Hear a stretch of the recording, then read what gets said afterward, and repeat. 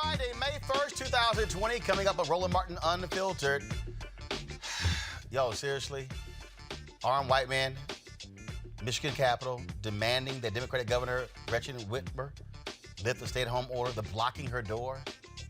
Y'all know doggone well some black folks did this. They be in jail. Why is the White House refusing to allow Dr. Anthony Fauci to testify before Congress? Yeah, they're actually doing that. Vice President Joe Biden goes on MSNBC to talk the sexual assault allegation against him. He says did not happen. Also, small businesses, folks, impacted by the Payroll Protection Program. We have an expert here to help you navigate through that process. Trump's new press secretary gives her first news briefing in eons. Let's see what kind of craze existed today. And Katie Couric is talking about an interview she did 15 years ago when Denzel Washington had her shook. I read the transcript. Why, Katie? Plus, comedian Godfrey is here for a little fun. It's time to bring the funk on Roland Martin Unfiltered. Let's go. He's got it. Whatever the miss, he's on it. Whatever it is, he's got the scoop, the fact, the find. And when it breaks, he's right on time and it's rolling. Best believe he's knowing. Putting it down from sports to news to politics. With entertainment just for kicks, he's rolling. It's on go, roll, y'all. It's Roland Martin, yeah. Rolling with Roland now. He's funky, he's fresh, he's real, the best, you know he's Roland Martin now.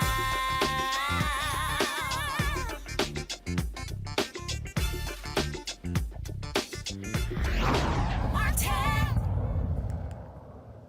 Folks, as of today, 1,112,341 confirmed cases of coronavirus. Folks, 64,914 folks have died. 157,000 are recovering. In his daily briefing, New York Governor Andrew Cuomo reminds us where New York is when it comes to the high infection rates. 30 days ago, coronavirus was rising. Shelter in place goes in. It changes what happens in New York. Now they have seen a decrease in deaths and also hospitalizations. Here's the governor. Today's day 62. Feels like just yesterday. Before we look at the numbers, I just want people to recall the context for these numbers and remember what we have accomplished. We were faced with a situation where the infection rate and those numbers were going straight up. That was only 30 days ago that we saw the number of cases, the number of people coming into hospitals, the infection rate, everything was going straight up. That number would have just continued to go straight up. And that's why all the projections, national projections, state projections, local projections, turned out to be incorrect. Excuse me. Because they were all believing that that line was going to continue to keep going up. What happened is New Yorkers, Americans, changed reality, literally changed reality. They literally changed the path of the virus spread and reversed the spread, and that's what the closed down procedures did, that's what the masks have done, that's what the socially distancing has done. And New Yorkers and all across this country, you saw that number change from that up trajectory to the downward trajectory. That shift in the trajectory reduced by about 100,000 the number of New Yorkers who would have been hospitalized. 100,000 hospitalized. To be hospitalized, you have to be seriously ill. A portion of those 100,000 would have passed away. So all this inconvenience, all this turmoil, for what? To keep 100,000 people out of hospitals. Michigan Democratic Governor Gretchen Whitmer lifts the first of all, you got these folks who are demanding she lift the stay-at-home order because of coronavirus. They actually blocked her door, carrying automatic weapons. Yo, These people are nuts, y'all. Go ahead and play.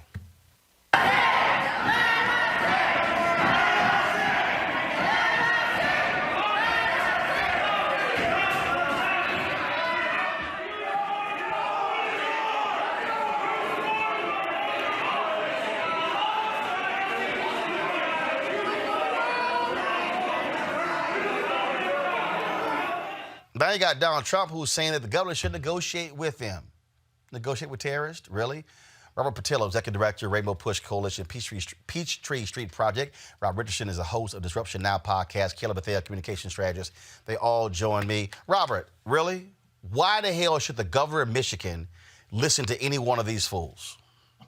Well, what we have to understand is there's nothing to negotiate. There's nothing to talk about. We have medical experts, we have epidemiologists, we have political leadership who are listening to them, and then we have crazy people with guns. There is nothing to negotiate. We have to follow the procedures which have been working. What we will see right now, and let's understand, remember earlier this month when President Trump and Fauci projected that between 120,000 and 250,000 would die, best case scenario if we followed mitigation. We've been following mitigation, and we are at right around 65,000. We'll probably be at 70,000 by Monday.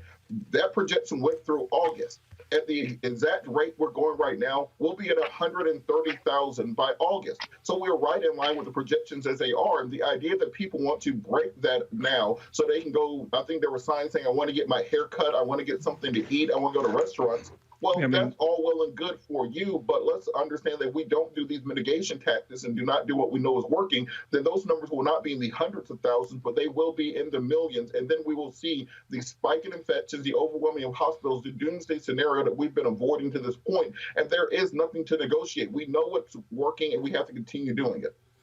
Rob, seriously? Look, these people, I thought America, federal government always said we do not negotiate with terrorists. These are domestic terrorists. Yeah, they are domestic terrorists. And there's been a precedent set. If you remember, I think it's Cliven Bundy, that might be his name, the guy who stood up, the rancher that stood up to the federal government. Yep, and he stood up and they met them with guns and the government backed down. See, they have to set, I think the people that have to set a message is actually law and order. They like to talk about law and order only when it's us, but it applies more right now. You're talking about people's lives. And they're not obviously respecting social distancing. They're all up in people's face with guns. And you don't have an absolute right to infringe upon other people's rights. Just because you have a Second Amendment right, you have a First Amendment right. You do not have the right to put others in harm. You don't have the right to threaten people. I think they've crossed the line, and an example needs to be set. And the governor needs to be very clear that these people are not abiding by the law. This is not protest. This is not how you protest. They are trying to intimidate, and they shouldn't be allowed to do it. Kelly, when you see what's happening, first of all, why would the governor of Michigan take any advice from Donald Trump on anything dealing with her state? It is beyond me. I don't even want to comment on that part because there is no rationale behind it. But what I will say to these people who claim to be protesters, like my colleagues have been saying, they really are terrorists because they are protesting against their lives being saved, which is ironic because I promise you a majority of them would consider themselves pro-lifers. So for the government to actually be the most actively pro-life they've been in trying to save our lives during this pandemic, for this for this faction of people to protest against that because of their own selfish reasons. And that's exactly what it is. This is purely selfish. You're not talking about going back to work. You're not talking about, making money and having your livelihood back. You want a haircut. You want some food. You want to sit down at a park somewhere. None of that stuff is relevant if you're dead. And your government is actually trying to prevent that from happening for you. So go back home, sit down and relax and let the government do its job because they can't do their job with you there. The thing here, Robert, that we're looking at, just very simple, is we're looking at individuals who are nonsensical, taking the lead from Donald Trump, talking about take back these states. He wants anarchy. He wants these images because for him, it's, my people are going against that Democrat, these blue state people. That's what he wants. He called for, again, liberate Minnesota, Michigan, Illinois, Virginia, Illinois. You didn't hear him say liberate some of these red states. There's a reason. Well, and in addition to that, I think we can't help but notice the hypocrisy between the way that protesters were treated in Baltimore, how protesters were treated in Ferguson, how the NFL protesters who took a knee were treated by these very same people when they were protesting against governmental injustice. And now these are very fine people who need to be liberated. I think there's a Dr. Jekyll and Mr. Hyde aspect to President Trump. When he's in front of the cameras, when Fauci is there, when Dr. Birx is there, when the officials are there to constrain him in, he can listen to the information. But then in the deep recesses of night, when it's just him and Twitter alone together, he cannot help but go back to being an internet troll and conspiracy theorist. And these are these are his people. These are the people who don't believe the virus numbers, don't believe the death numbers, who believe this is all conspiracy by the deep state and Nancy Pelosi to hurt President Trump's reelection. This level of nonsense puts us all at risk. I don't know what's more scary, the far right who believe these crazy things, or the far people on the far left who believe that this is a 5G conspiracy by Bill Gates and Oprah to kill us all. We have to get back to believing regular scientific information, do what we know works. We are very good as Americans of sitting in the house and watching TV. Let's keep doing that. You spoke of Dr. Fauci. Let's talk about that. The White House is refusing to allow him to testify before the House Appropriations Committee regarding the coronavirus. They literally said today, nope, we'll figure out a time later for him to testify. Really, Rob? Yeah, look, this is, to my friend Robert, I love him, but there are crazies on the left and on the right, but right now, the only crazies that are going with guns are crazies on the right. And the ones that are putting people at risk are the crazies on the right. And because they have a leader, to your point, Roland, that is willing to do anything. And I actually don't want to give him the benefit of the doubt. I think this is very strategic. I think he wants to go out there and rile people up, get people upset. He thinks it's the only thing he has to really help him win re-election, because he was going to run on the economy, can't run on that. Certainly can't run on stable leadership. Certainly can't. So I don't know. The only thing he has is to make sure that he enrages his base and make them find up this made-up reason, where I do agree with Robert that he's trying to make up some conspiracy, but that's who the man is. He's been that way since the very beginning. So he's doing this with Dr. Fauci because he doesn't want to do anything that might make him look bad, but there's nothing he can do to prevent him from looking bad. He's a bad president. He's a bad leader. He just needs to go. Kelly, look, he's already refused to allow so many other people from testifying. This is no shock at all. And so this is business as usual with this administration. I mean, this entire administration for the past 4 years has proven how corrupt it is, how inept it is, how, frankly, dumb it is. So it's not surprising to me that basically the smartest person in the room right now, being Dr. Fauci, is prohibited from testifying. Just proves to me how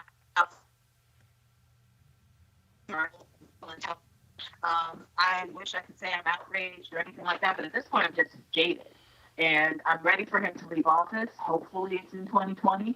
But we need to really just put politics aside at this moment and actually, hold tight 1 second. I can barely. Hold on 1 second. I can barely hear you. Your signal is breaking up. Guys, y'all go ahead and get that fixed. I want to go back to Robert here. Robert, to again, this is what happens when you have no respect at all for another branch of government. That's what's going on here. To say Dr. Fauci can't testify is just ridiculous. It's just ridiculous.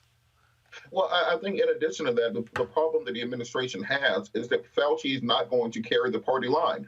You can go back 20 years and see Fauci going back and forth with Obama when he was in the Senate. You can go back 30 years and see Dr. Fauci going back and forth with in the 80s on the AIDS epidemic. He is not a partisan individual. He's not going to buy into the party line. So they do not want him saying the scientific facts, which are hydrochloroquine is not going to save anybody. It does not work. That does not agree with the party line. We do not need to be opening the country back up without having a vaccine, without having a treatment, without having additional medical beds, without having the ability to handle a medical surge. does not go with the party line. This is not going to be over the summer. What we've seen in equatorial regions and in the southern hemisphere is that warm weather does not seem to affect this the same way that it affected MERS or SARS in the early 2000s, and we will still have an outbreak going into June, July, and August. That is not what the administration wants to hear, and that's why they don't want him to testify, because those medical facts, those scientific facts which exist, will ruin the justification for re-election and the concept that somehow this is just going to magically go away. We are stuck with this for a long time. There is no vaccine coming. There is no treatment coming down the pipelines that will magically save us. We are stuck doing this for the foreseeable future, that we can either accept that reality or we can ignore it and simply say we're fine for a couple 100,000 people a year dying from this. And I think many people on the right side of the aisle are okay with that. Yeah, because they don't think it's going to be them. They think it's going to be somebody else. It won't be them. And I'll just say this to Robert's point. Their whole talking points don't align with reality. They haven't for a while. Here's the thing. We just notice it now because everybody's lives are at stake. So, this president has never been in tune with reality. I think right now the right and those who defend Trump live in an alternate universe that has its own rules, has its own facts, has its own science that none of us understand, but is not aligned with reality. So no one who wants to tell the truth is going to be aligned with Trump. I say that unequivocally. And of course, it's interesting. So yesterday he said that all these polls are lies. They're lies. Now the Republicans are touting the fact that his Gallup poll numbers are back up 6 points. Go to my iPad, please. You show that Trump approval is at 49%, plus 6. Disapproval is at 47%, down 7. His highest numbers also among independents. I'm quite sure, Robert, this will be the latest poll that he tweets out because, he only says polls are fake when his numbers are not good. Well, what we all have to realize is these polls are a snapshot in time. I believe the reason these poll numbers are up is because we're seeing more states reopen. And what our government has done a very poor job of doing is articulating to regular everyday citizens why exactly the lockdown is taking place, what the virus is, what the plan is going forward. That's why these uneven daily press briefings have been so deleterious to the messaging for normal Americans, because what most people understand is I can't go to work, I don't have any money, I don't know what we're doing. And because of that, by states opening up and it looking like things are getting better, despite there being no scientific basis for it to think that things are getting better, that's why the poll numbers are bumping up. So I think we have to look at these snapshots as just what they are, snapshots in time, and not as any continuous trend, because as we see the effects of the reopening of states with no real plan on dealing with the surge in medical needs, then we'll see the poll numbers change again. Rob? Yeah, I'll just say this. The fact that we look at this and see that we had, 30 million plus jobs lost in about 5 weeks. That is unique, by the way, to the United States of America. The COVID-19 crisis is not unique. How fast our jobs are shedding are unique. Our piss poor response is unique to us. So if people are satisfied with this, it's fine. I mean, you're going to get more of this. So I think these are a snapshot, but I do think this will still be a competitive election. I've said that from the beginning, and it shouldn't be, by the way. But I tell you what, we're going to have to fight for every vote unless you want to keep the same course of craziness going, because if you think it's bad now, it'll pick up on all types of steam if he gets reelected. This whole issue in terms of as we talk about reopening, but also when we talk about testing. Joining us right now is Dr. Leanne J. Webb. She's assistant professor of emergency medicine at the University of Virginia School of Medicine. And so certainly glad we're here. First, Dr. Webb, I just want to give our condolences to your friend, of course, the emergency room doctor out of New York, who passed away earlier this week. And so it's certainly been very tough for so many of doctors having to deal with this, and we've been hearing, we've had them on the show, and we're hearing from medical people who were just overwhelmed with the onslaught of what's happening around this country, and it's actually not slowing down. Part of the scare is that we're not doing enough testing, so everybody's like, this thing could easily ramp up that quickly. Yeah, I think you're absolutely right. Thank you for the condolences. What I will say about Dr. Breen was that she was a wonderful medical director, which is basically my direct supervisor or boss when I was working at New York Presbyterian, the Allen Hospital. And she really was a fierce and passionate advocate, both for the physicians that worked under her as well as the patients. I have many great stories about her being an advocate for patients, and she will always, in our minds, be a hero. Yeah, we're mourning her loss in a really heavy way.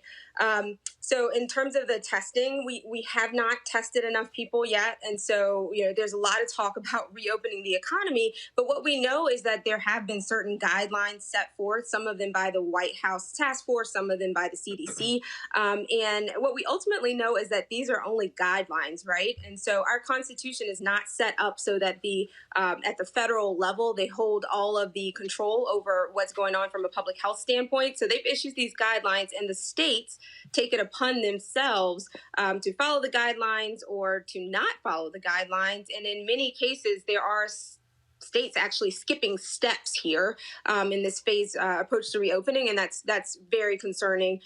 Particularly, what we need from public health standpoint to break this transmission chain is, one, we need widespread testing, and we need retesting as well. Like, we need to be able to retest people. Two, we need to be able to take those sick people and isolate them in an effective manner. We need to quarantine our sick people, and then we need enough infrastructure to actually complete the contact tracing in a meaningful way so that we can also tell those people to self-isolate, right? And so that's the basic of breaking the transmission chain of coronavirus. I understand the economic arguments. I really do. I went to business school. I understand on another level that people are suffering, including a lot of people that I know. But I do feel like in this instance, health has to come first. Well, because look, you can have all the job you want to, but if you are sick, and then all of a sudden if you're dying, and then now you got to pay for funerals and all of that, it doesn't matter. You're a business owner like myself. You don't have a business if your workforce is out in the hospital trying to recuperate.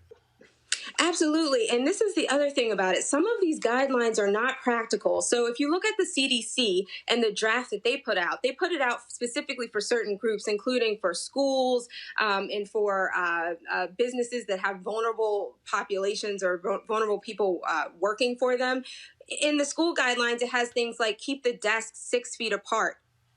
What classrooms do you know of that can really effectively right desks 6 feet apart? Which now means that you probably are going to be cutting classrooms in half. So now what happens to those other students? Yeah, so a lot of those things aren't thought through. There's another section in there which talks about what to do for employers if you have employees who are vulnerable, right? And so if you look at the employees who are vulnerable, one, they would have to raise their hands and say, hey, I'm vulnerable. What does that do in terms of discriminating against people, right, in the workplace? That's one issue. And the other thing, if you look at the specifics of the CDC's draft, is that they say if your employee, for instance, rides public transportation to work, they should be encouraged to telecommute at home. But we know, unless you're living in a place like New York City where everyone pretty much uses public transit, if you're somewhere else and you're using public transportation, 9 times out of 10, it's because you can't afford that car to get you to work. And 9 times out of 10, you're a frontline or essential worker who's getting lower pay. And you probably won't be able to telecommute from home. So some of the guidelines just aren't practical. So it's just unfortunate. Let's see here. Questions from our panelists. Robert first, then Rob. Absolutely. And I want to thank you so much for all the work that you and all the other medical professionals are doing. For people who are in states such as Georgia, where I am, and who are going to be going back to work and not following the guidelines as the state has set out, we haven't had 2 weeks of reducing numbers. Actually, the numbers are increasing day by day, even now, but we're reopening our economy. What would be your advice to workers who have no choice but to go back to work or lose their job? And as far as protecting themselves and making sure that they can step in where the government is not providing that leadership? Yeah, so I think that's a really important point, and that kind of speaks back to what I was saying before. Like, states are actually skipping these guidelines. In phase one, there's sort of a gateway criteria that the government has put out on the federal level that says that essentially the data has to be downtrending in terms of the number of new cases and deaths, and actually the number of people who are tested as well. So the surveillance, those numbers need to be downtrending for 14 days. That's what it says. And some people are skipping that. So for the worker who is forced to go to work, essentially, I'm sorry. I apologize in advance. That is not a good position for you from a health standpoint. The things you can do would be the things that we're already pushing right now. So social distancing, which is also part of the guidelines that the government has released. So making sure you're at least 6 feet away if you can. However, we know that that's not really practical. Making sure you wear something that is cloth, so a mask, a scarf, some type of clothing that is covering your face, and not just your mouth, because we're seeing a lot of people. I personally am seeing a lot of people out right now where they might have a mask on, but it's actually here, so it's not actually covering their nose. It needs to be covering your nose, and it needs to be covering your mask. It needs, or your mouth rather. It needs to be washable. So if you're wearing this to work every day, you need to go home and wash it every day, or have multiple masks that you can actually switch out. You really need to have a serious conversation with your employer about all of the ways that you are being protected when you go back to work. And I do think that there's something that some of these non-essential businesses can learn from the essential businesses who are doing it right, but they will have to find those businesses. The employers will have to seek out those businesses locally. Rob? Yeah, I have one question. I have two comments before that, just based upon what you said, Dr. Webb.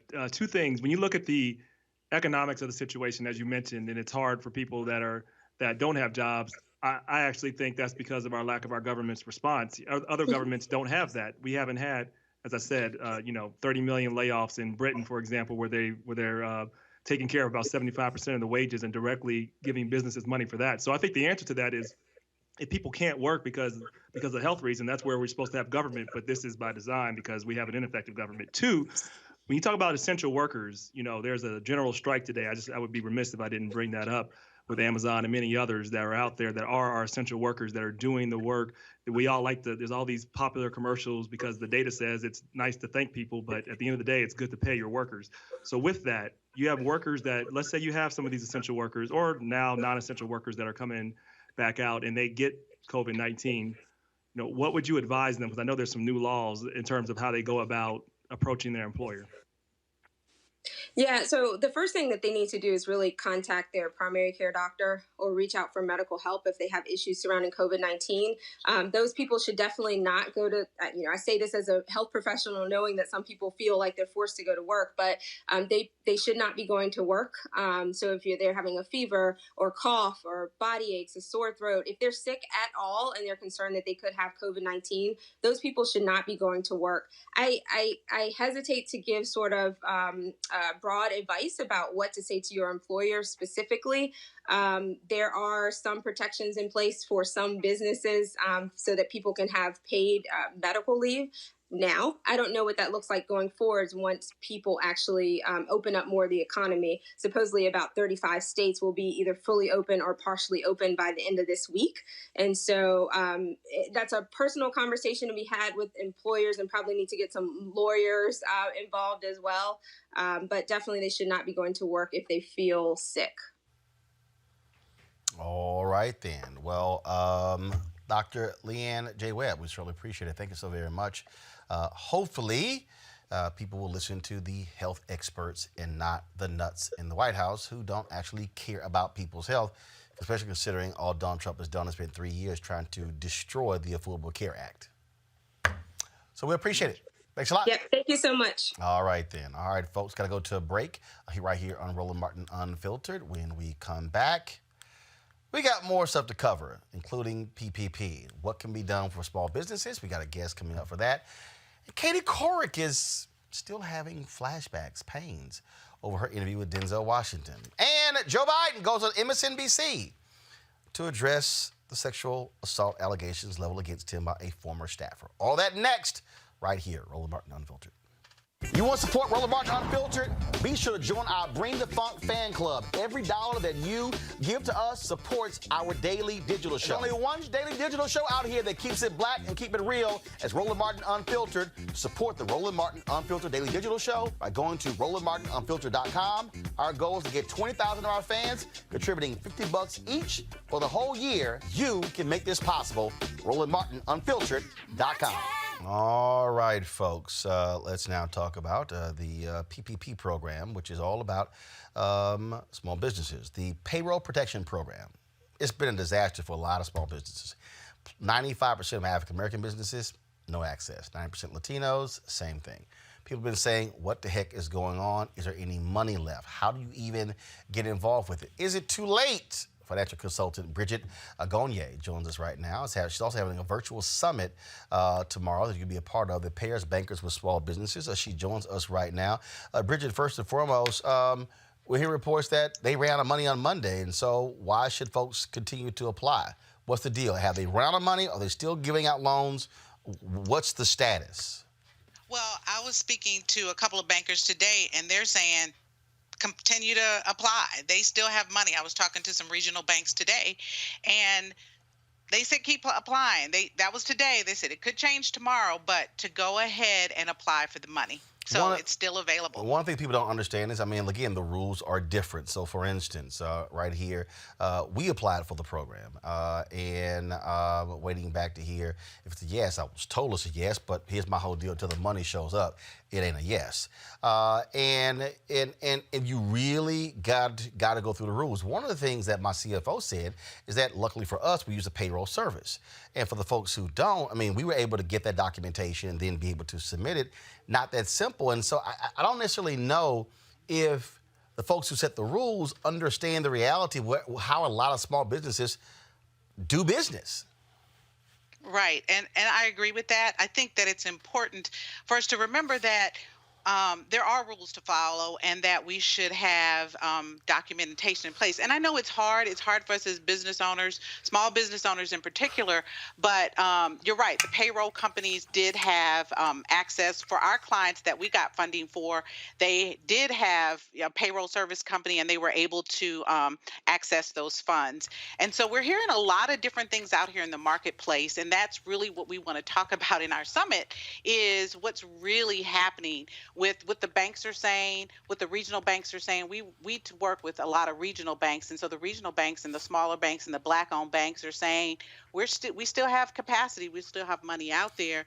You got to have the documentation you need, and that's really important. And so that's what our summit is about, is really giving people hope that there's still money available out there. It is. There's some. I literally, like I said, I spoke to 2 banks today, and they're like, keep telling people to come apply. One of the other issues that we also discovered is that when you start getting down to the nuts and bolts of this, so for instance, you had to have full-time employees. You can't use 1099s. But if you look at most small businesses, they aren't able. I mean, look at Black African Americans. There are 2.6 million Black-owned businesses in America. 2.5 million have 1 employee. If you actually have, quote, an employee, they probably are going to be a 1099. They're not going to be a full-time employee. So the problem with this bill, you can actually, you're trying to save the job of a 1099, but you can't list them on your application. And so now what happens is, now the rules are, well, the 1099 can apply for themselves. If you were an individual who's getting the 1099, the likelihood of you trying to apply as an individual and getting it, come on. It has happened, though. People have gotten it. But this is one of those things where I think where the feedback to Congress should be, hey, while you're creating the rules, let me show you what the reality is for a business. And so I think it would be smarter if the next round, where they change it to allow the business to be able to qualify using 1099s versus having the 1099 as an individual try to apply to PPP. Right. So, I totally get that, and I understand wholeheartedly about the 1099 situation. What happens, though, is that as 1099 contractors, you're putting yourself out to be a business. that's what it is. And so it's also up to the business owner to make sure that they're classifying their people as W-2 employees. I know we're trying to minimize taxes, but somebody still has to pay those taxes. So there's a lot to this that we need to understand as businesses and business owners, because I get it.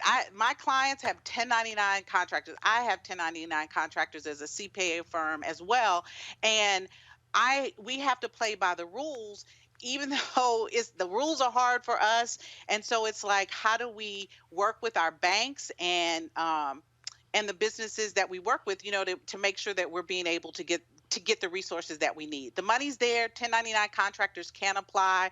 There's the EIDL that people could apply for. I think it's important to have the conversation not only about right now. I know people are hurting and they need funds, they need resources, and we want to bring hope with our summit to say, hey, look, this is what you have to do. This is the rules of the game. And sometimes we just don't know the rules of the game. So if we don't know the rules of the game, then when all this legislation comes out, we're not operating accordingly. So then we get missed out. So it's a both and, right? It's like, are the business owners doing what they're supposed to in terms of having their employees classified the way that they are the employees or the W-2 contractors understanding what the implications are of being a 1099? So we got to look at this really holistically and making sure that everybody's doing their part. And yes, I agree, Martin.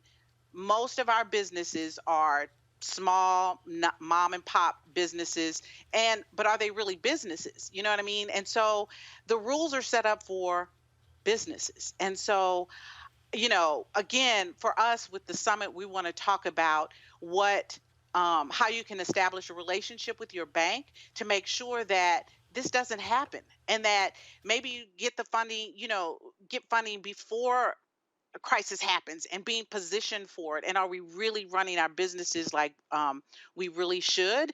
And so we want, again, it's about really, COVID is now, it's going to go away. We're living a new normal.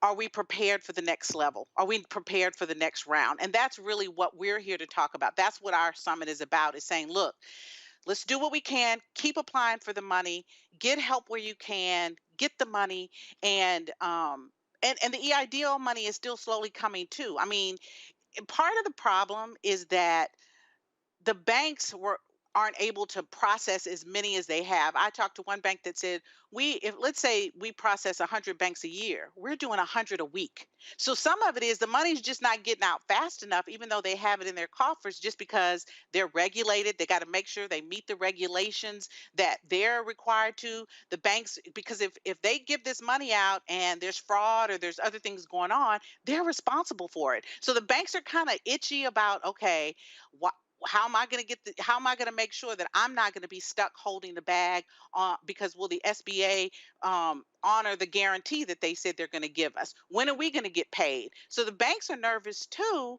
And so they're slowly, getting through process internally so that they are able to make sure that they can serve their customers and the people that they work with.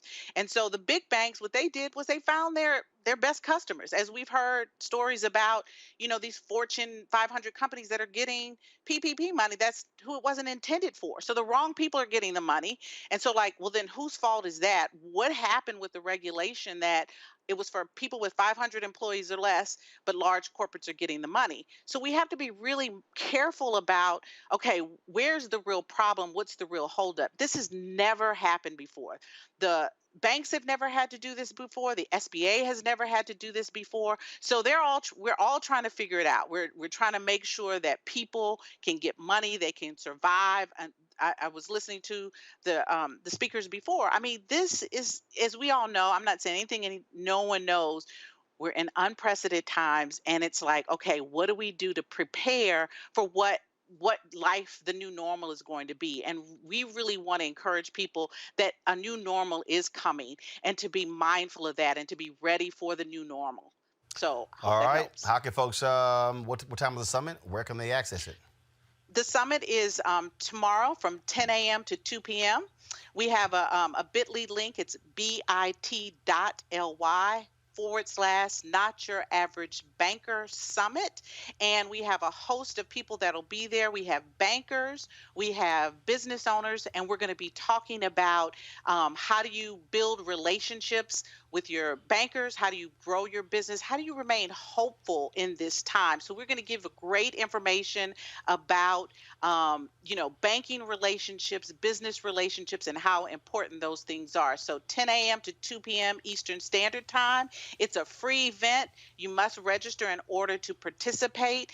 And so we hope as many of your listeners and followers will come and join us and hear our conversation. I think it's going to be really helpful for a lot of people. All right, then. We certainly appreciate it. Thank you so very much. Thank you for having me. And good luck with it. Okay, great. Thank you so much. Thank you so very much. All right, folks. All of these things are critically important. Now, folks, let's talk about Vice President Joe Biden. Of course, he's a Democratic presidential candidate. Gave an exclusive interview today to Mika Brzezinski on MSNBC's Morning Joe, where he addressed sexual assault allegations leveled against him by former staffer Tara Reade. Would you please go on the record with the American people? Did you sexually assault Tara Reade? No, it is not true. I'm saying unequivocally, it never happened. And it didn't. It never happened. I'm going to play a little bit more of that. I want to bring, though, my panel back in, Rob Richardson, Robert Patillo, and Kelly Bethea. Kelly, first of all, the Republicans have been really pushing this thing. They've been critical of media saying you're not covering it. Joe Biden finally comes out and says it. He now has sent a letter to the Senate saying that because they can't find that. She says that she filed a complaint in 1993. The Senate says we have the record of the complaint. He has now sent a letter saying it's time for them. They should try to find that. Should Biden have come out to address this? Was it proper? And what do you make of all of this? This is always a touchy subject, but specifically when it comes to Biden, I think it was noble of him to come forward and actually address the accusations head on and unequivocally say that, no, he did not sexually assault this woman. I am not one to believe one person over the other until all the facts are out there. So for now, I just appreciate the fact that he's standing up for himself and Tara Reade is standing up for herself, and let the chips fall where they may. This is what... Go ahead, I'm sorry. Go ahead. Now, regarding the Republican Party harping on this and trying to discredit Biden by way of these allegations, I just find like the hypocrisy is just astounding, right? Because we have, viable proof and people on the record and even Trump himself, admitting to sexual assault and sexual harassment. And yet, guess where he is? He's in the White House because people turned a very blatant blind eye to all of his shenanigans and all of his allegations and all of his discrepancies and said, hey, we just need a Republican in the White House. I don't care about women at this point. We just need somebody on our side in the White House. So let's get Trump in. So for the Republicans to say, oh, this is a disgrace and Biden did this and Biden did that. Look at who you have in the White House. You have a legitimate sexual assaulter, misogynistic, rapist in the White House, and yet you're getting on Biden off of allegations that have not been proven yet. Here's more of Joe Biden on MSNBC. She has her employment records still. She said she refiled a report with the only office that would have a report in the United States Senate at the time. If the report was ever filed, it was filed there, period. If you could speak directly to Tara Reade about her claims or anything, what would you say?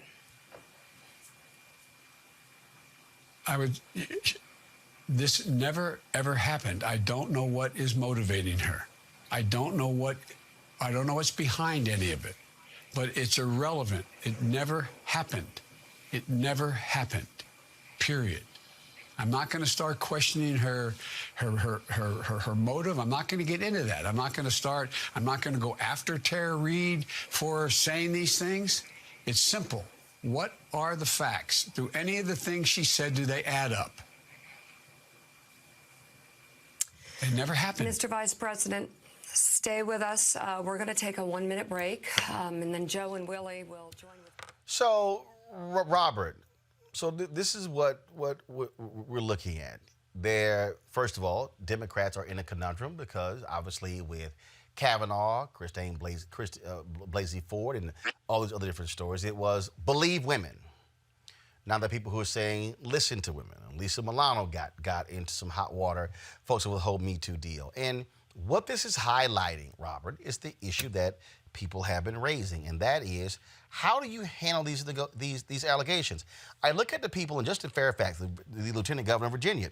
Look, you were one of the people who were saying that after he was accused that he should resign and clear his name. So I'll ask you, should Joe Biden resign and clear his name? Absolutely. I've been consistent on this. I think he should suspend his campaign. He should clear up these allegations and go into the general election. Well, if he did not do anything, clear up the allegations and go into the general election with this not being an issue anymore. So how with do you rework in his office? Then there should be other employees who work there. There should be other people who could testify to it. There should be Senate records. There should be he can take a lie detector. Get all of your information together. Don't try to juggle these things at one time, because as we've seen with Justin Fairfax, that when you try to do both at one time, you can't be effective at doing either. I said the same thing for Kavanaugh. I've been consistent with it because I don't think that it benefits either the person who's being falsely accused or the accuser if you're trying to continue your job or continue for a campaign or continue for Senate confirmation while these things are swirling. So you get your information together, you present your case to the public, you clear your name, and then you proceed. But Robert, how do you do that though if here you are running for president? Your Democratic nominee. How do you drop out? And how here's the deal. How do you again, I'm using the standard that you laid out with Justin Fairfax, which was resign from office and clear your name and you could come back and run again. You're Joe. Wait. So you're Joe Biden. What do? You say, you know what? Find another nominee. And because if this isn't cleared up before the convention, find yourself another nominee. I can't run. I need to go clear my name, and I'll come back in 4 years and run for president? Really? No, you remember back in 2008 when McCain and Obama both suspended their campaigns to deal with the aftermath. No. Robert, that was a joke. Robert, first of all, that was a political stunt by John McCain. That wasn't a real suspending of a campaign. That was a stunt. Obama didn't do it. And his own people said it was a stunt. That's exactly what happened. Look, you announce you're suspending the campaign. You get your information together. You clear it up. You do have to do more than one interview with Mika Brzezinski for the issue to go away, and then you can come back with a clean slate. So this isn't dogging you going into the general election. Rob, because if you don't have it cleared up, it's going to continue to be this conundrum, as people are saying. Rob, I don't see. First of all, show me, Rob. How do you clear it up? How do you clear it up? It really isn't possible, and it is tough for the Democrats because they set a really high standard. Essentially, when anyone makes an accusation, you have to pretty much just go with the accusation. I would just say, most of the time people don't lie about accusations, but that doesn't mean people don't lie. So, and I've actually been very consistent on this too. So, if he should go forward. And if he didn't do it, and he says very resolutely he didn't, he moves forward. I mean, there's nothing else to do. As Ronald Reagan once said, by the way, when you're explaining you're losing, that would be a bad idea, what Robert is saying, because then you're suspending your campaign. If you didn't do it, you look like you are guilty. People will assume that maybe you did do something. So I see no benefit in him suspending his campaign. He said it didn't happen, and unless there's some and unless they have more to show that her claims actually have more proof to it, then we have to move forward, because it's really hard to talk about something that happened 30 years ago absent really, really compelling evidence. Kelly, and I'm using for Fairfax, I'm using all of these different stories, and that is this here. Someone accuses you of doing something. You say, I didn't do it. Okay. How do you actually prove it happened? Or how do you prove it didn't happen? In this case, she's saying he took me to a side hallway in the Senate in 1993. He was vetted by the Obama people. Vice presidential vetting ain't an easy thing. None of this came up.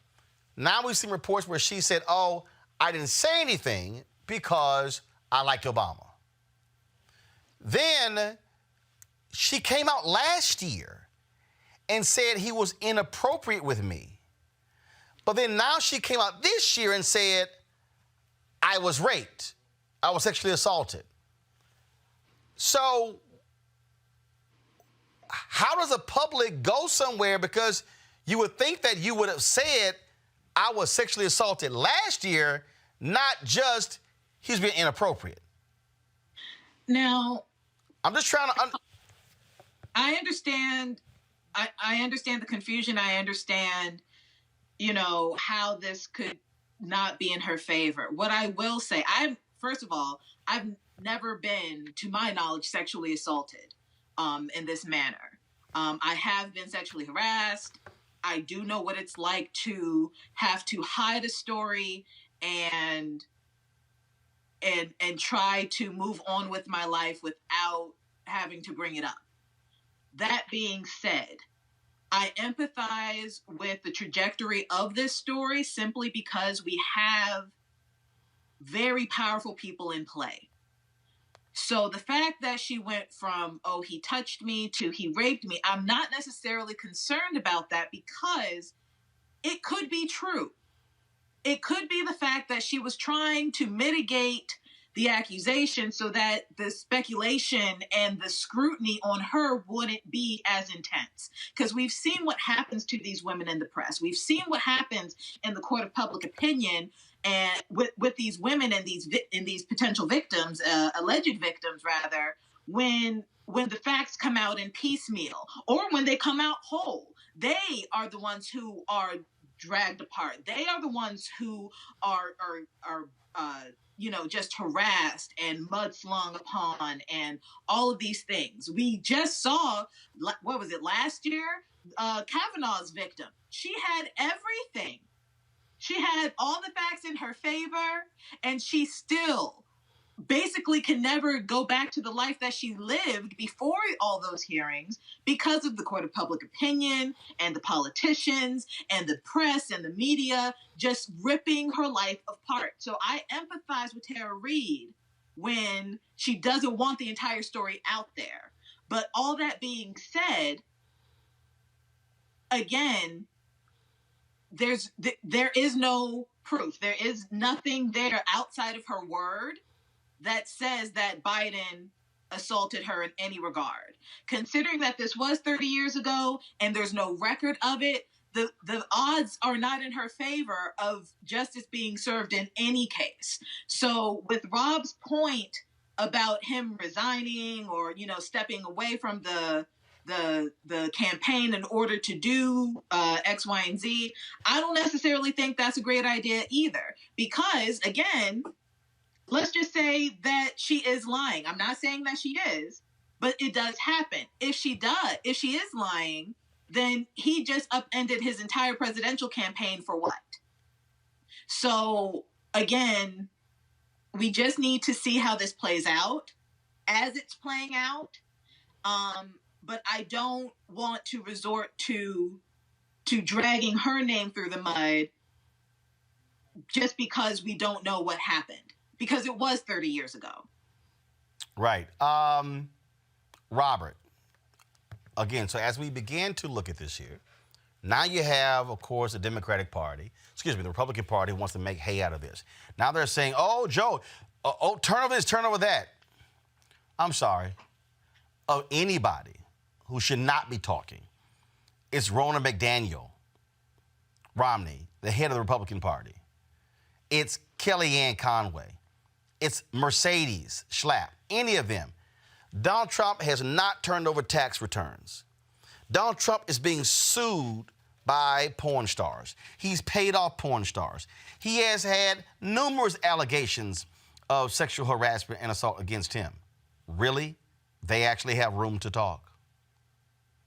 Well, and see, that's exactly my point, that when you get into the situation where you're no longer believing women, well, now you lose that moral high ground to be able to attack him on those issues. Donald Trump has had 27 women accuse him of either sexual assault, sexual harassment, or all-out rape. So if you're going to say, well, we can just ignore these allegations against our person, then you can no longer say that you are the party that defends and protects the rights of women. So as I said, there are ways to, in the court of public opinion, do a lie detector test. Bring in other people who worked in the office at the time. See if there's surveillance footage from the Senate from 1993. Bring in the people from the Senate office who would have received the complaint.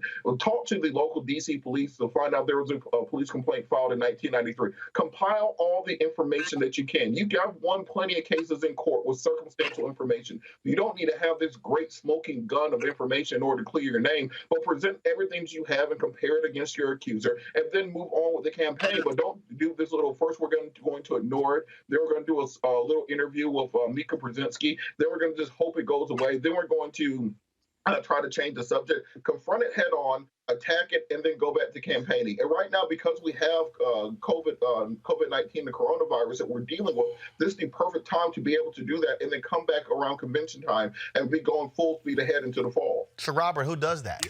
Because here's the whole deal. He's not in the United States Senate. She hasn't filed a criminal complaint. So who does that? So that's the thing, Rob, and that is, who does it? Who go ahead, Rob. No, look, this is all right. I think it's kind of funny when you think about how, my friend Robert is talking about this. Look, Trump, it's all relative. If you compare what we know about Trump, we do have a smoking gun on Trump. He's on record talking about sexually assaulting people. Exactly. All right? Now, so, this is not the same. This is not the same. We know he said horrible things about women all the time, over and over and over again. We have a lot on Trump. So these two are not, you're comparing apples, not even oranges. You're comparing it to trees. These things are not close to one another. So if Biden is not able to pivot off of this, these allegations aren't the problem. It's his ability as a candidate, because he's got to move. He can move off of this, and I don't think Trump wants to go anywhere towards this. I would just say this is a distraction because you're failing as a leader. You want to find any way you can to distract from the poor economy, from your poor leadership and your poor response, and move on. I'm going to bring in Avis Jones-DeWeaver, leadership strategist here. So, Avis, what do you make of all of this? And again, you have Democrats defending Joe Biden, slamming Trump. You got Republicans who are slamming Joe Biden, need to be more transparent, and they're being hypocritical. You got feminists who were believe women. Then it's kind of like, not have an investigation, listen to women. What do you make of all of this? It is, on the one hand, I have to say, it is absolutely ridiculous to have any Trump supporters trying to take any sort of moral high ground, given what we know about Trump in terms of his past, in terms of the dozens of accusations against him, and in terms of his own admitted behavior. But beyond that, as it relates to how the Democratic Party is handling this, and specifically, I'll say how feminists are handling it, it really now exposes the strategic ridiculousness of the whole believe all women ideology that they were touting just a few months ago. I think the Justin Fairfax example is a great one. I just today retweeted the article that I wrote about Justin Fairfax when I made the argument then that, yes, all accusations should be taken seriously and investigated. But this idea of believe all women, where you just automatically assume that 100% of women always tell the truth and that 100% of men always lie, is the death knell of a movement. You will get yourself hemmed up in a situation where you lose the legitimacy of your movement. And that's exactly what they're doing right now. And Avis, I think, as you begin to unpack this, and we had a conversation a couple of weeks ago. We were talking about when Justin Fairfax came out and said there was another person who was in the room, and then Meredith Watson or her attorney refused to even address that. It won't even say if he's a lie or that actually happened. Right. And then, of course, so it's all this sort of back and forth here. And it does go to show, and people can sit here and say, well, you're a man, you think that way, but at the end of the day, if somebody accuses you of something, you want to either protect your name or, you know what, you did it. Exactly. I mean, let's just, you cannot prove a negative. Let's just put that on the table right now. This idea of suspending your campaign until you prove that somebody else is lying about you is a fool's errand because it cannot be done. That's the entire reason why, in terms of our court system, the whole premise is innocent until proven guilty. You have the prosecutor whose job is to prove that the accusations against you are correct. It's not your job to come up in here and prove that the person who accusing you is lying because it's hard to prove that a lie is a lie. But I will say that, what is going on in terms of what evidence we do have with regards to the accusations that are currently thrown against Vice President Biden do show that there are some legitimate questions that can be raised. So, for example, this issue about the complaint that was supposed to be filed back in 1993, she says that it was filed. The New York Times looked for it because they needed to be able to have some evidence, right, to report it. They couldn't find any evidence of it. But she did say that she has all of her employment records back to 1990. Now, I personally don't understand how one can save employment records all the way back to 1993, yet you don't save the one complaint that you claimed had a traumatic effect on your life. That, to me, is illogical. That undermines her credibility to me. Also, what undermines her credibility is that all the way up until 2017, she was, in fact, very pro-Biden in all of her public stances. She was, in fact, tweeting tweets and retweeting and liking tweets and talking about what a strong fighter he was, specifically on the issue of sexual assault against women. And then something seemed to happen. If you look at her history in terms of her social media behavior and her writings, things changed back in 2018 when she started to write and produce a lot of pro-Putin propaganda. Let's just say that. That started back in 2018. And then this year, she became very strongly pro-Bernie Sanders. And that's when she began to attack Biden. So something shifted in her in very recent history. So, all of these things make me question the legitimacy of her accusations. And I think all of these things need to be taken into account, not just some blind assumption that just because someone says something happened 30 years ago with zero proof of that someone should actually suspend his campaign and then to go on a fool's errand to make some sort of proof that a record that she can't even produce wasn't filed? How in the world can you do that? Kelly, do you believe that, on the Republican side, this is really the goal? Follow me. It's to force the conversation, because now all of a sudden it's Joe, release this, release that. So does this become the new emails of the 2016? Is this the new server of the 2016? I think they're trying to make it that, and it's unfortunate that they're using a potential sexual assault case in that regard, because frankly, they've been trying for the past, 2, 3, 4 years to find something against Biden that is the equivalent to Hillary Clinton's emails. Unfortunately, they found something that is the equivalent of a rape case, and it involves a third party who, frankly, shouldn't be involved because it's not even about her, according to the Republicans. Like they are literally just trying to find a nail in the coffin, regardless. And if you really think about it from that perspective, what they're doing is really insidious and very callous on behalf of Tara Reade. Because let's just say that nothing happened and the Republicans are pushing this narrative onto her. Now her reputation's ruined and she's, basically defiled by court of public opinion and Monica Lewinsky, so to speak. And for what?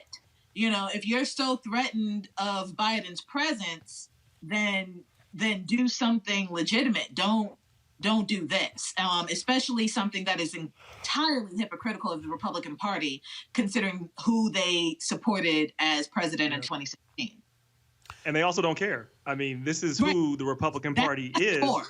Yeah, and I want to bring up, I love the real float is Michelle Obama, her famous saying, when they go low, we go high. I changed that a little bit. When they go low, you hit them directly in the chest. Like, listen, so he needs to fight back.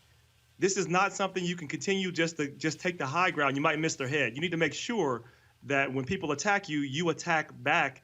You can do this without being dishonest, but you can't do it being weak. And I'm not saying he's being weak, but I'm saying they need to come. They're going to do everything possible to win this election. The only way that the Republicans are going to win the election is through disinformation, through trying to suppress the vote, through trying to cheat, through trying to put out false information.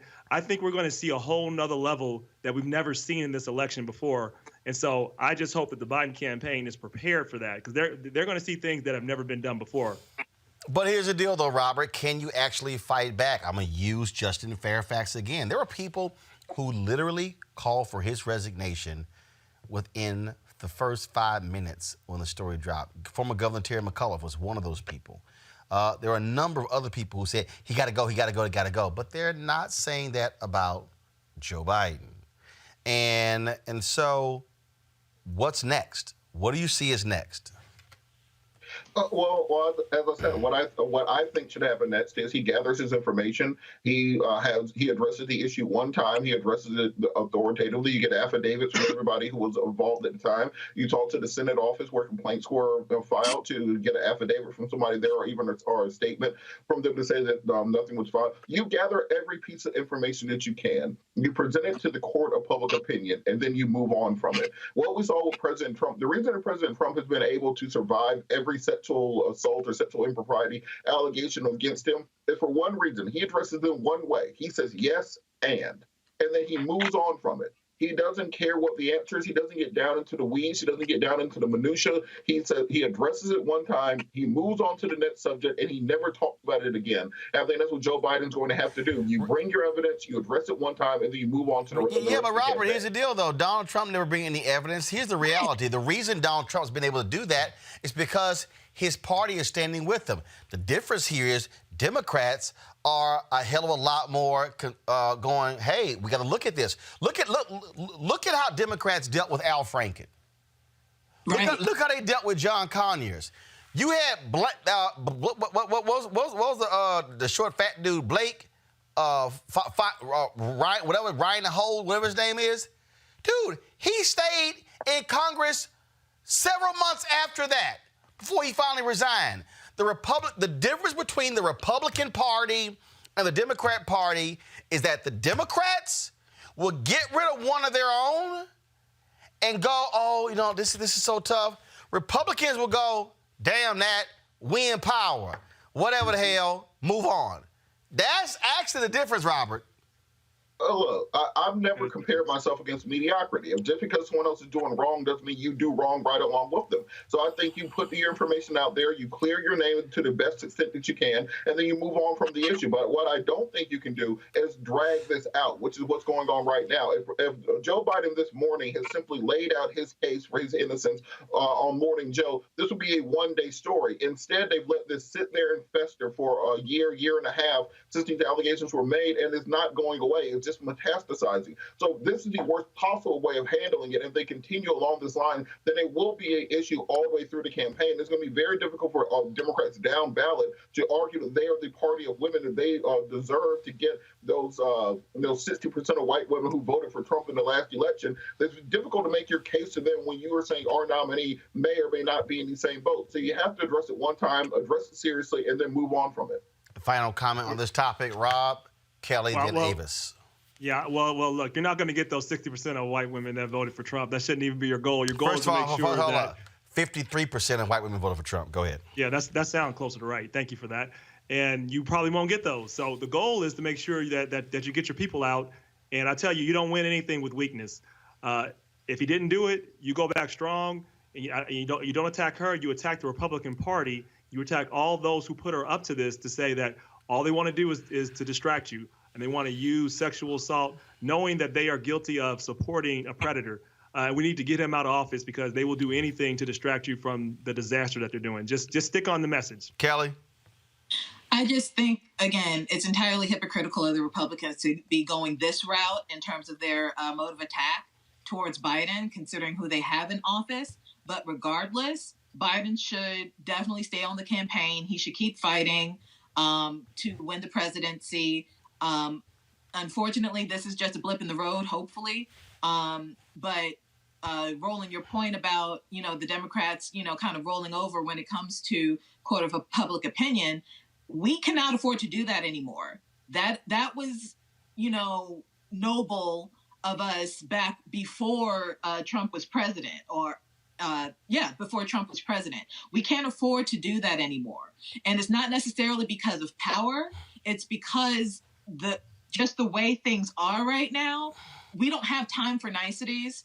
We don't have time to uphold morals and, put us on this pedestal of greatness when we are literally having to go in the gutter just to get back to normalcy. We can't afford to be high in the clouds anymore. When they go low, we go high. That's cute. When we actually have a middle ground, we don't have that anymore. So when Rob Richardson said, when they go low, we hit him directly in the chest. That's exactly what we need to do. No, they go low. I say you hit them in the ankles. You go lower. Well, go ahead. Kelly, go ahead and finish.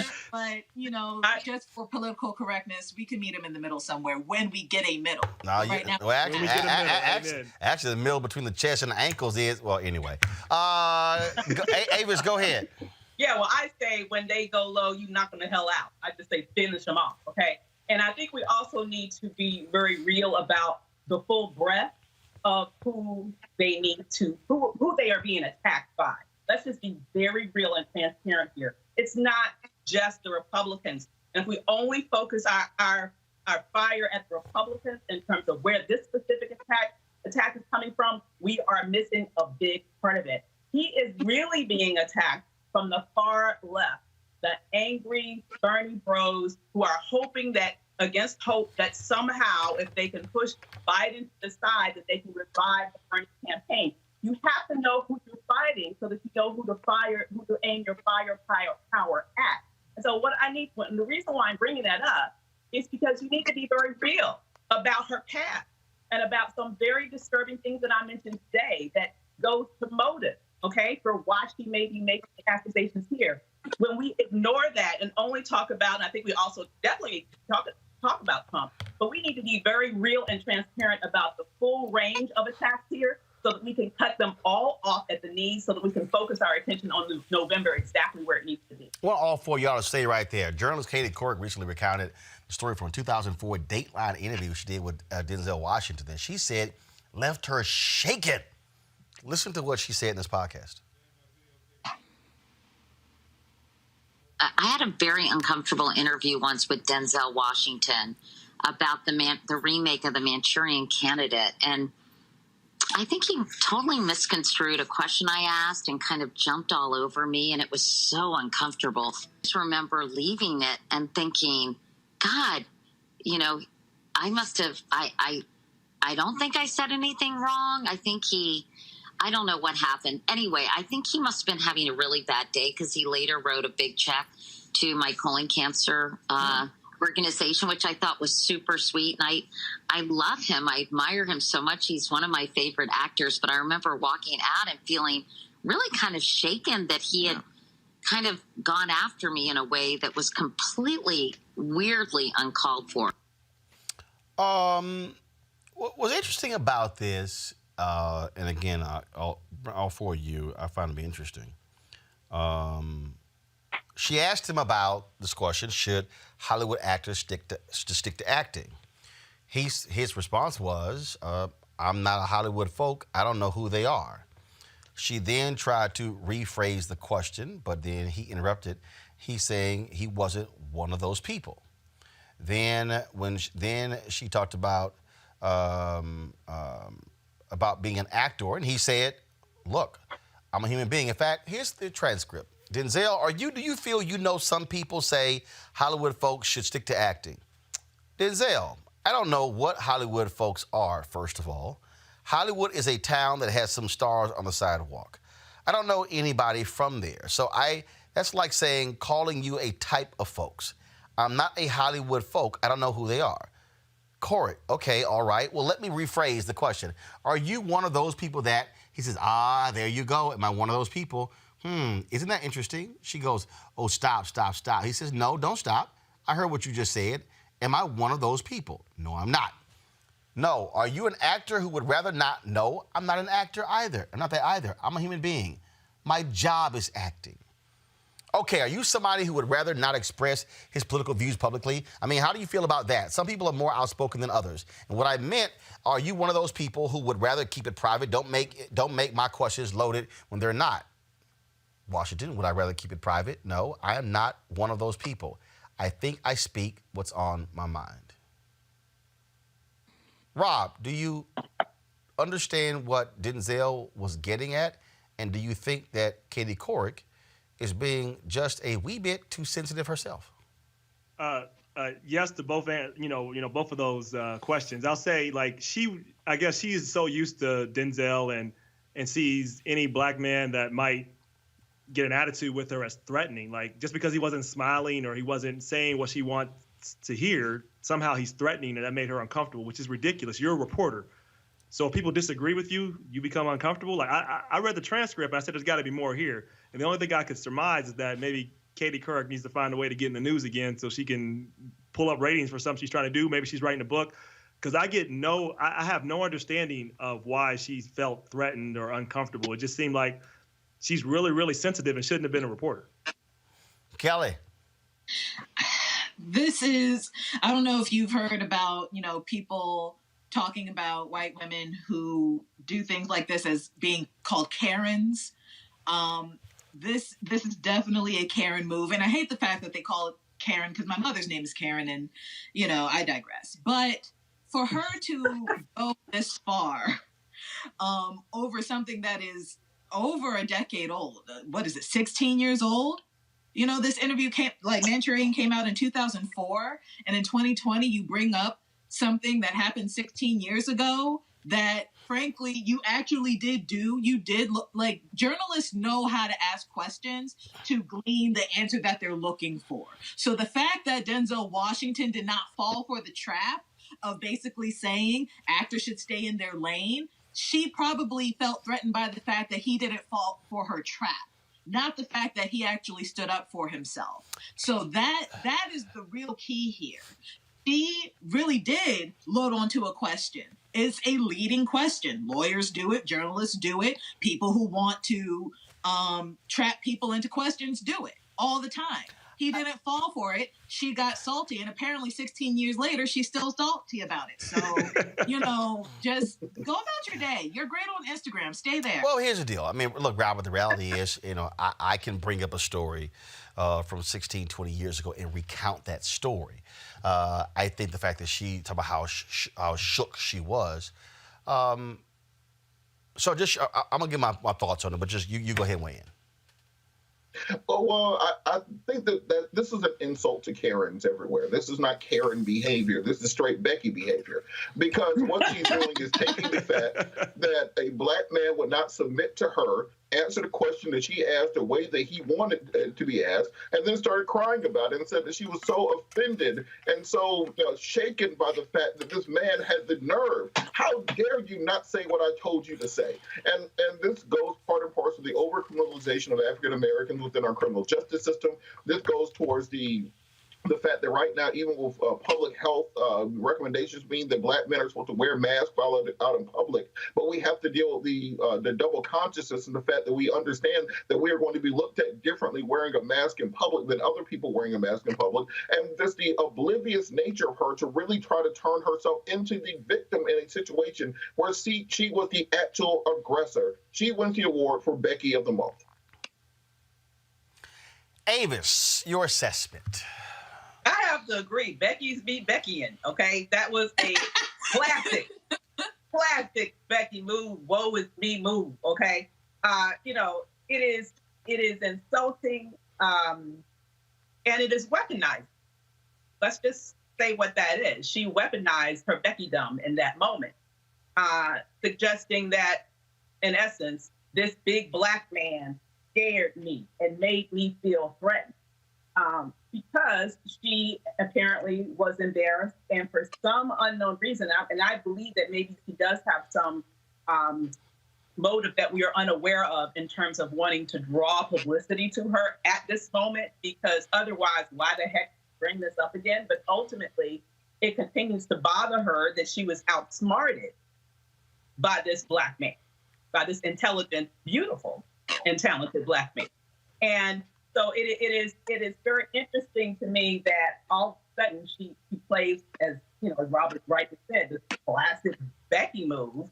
And it's disturbing to see that it's getting any attention at all. But people are still sort of, it's getting this media attention, and the legitimacy is crazy. If I was Denzel, I would be rather upset that he's basically using his stardom, because he's a much bigger star than she will ever be in terms of her notoriety in the journalism field. Let's just be honest, okay?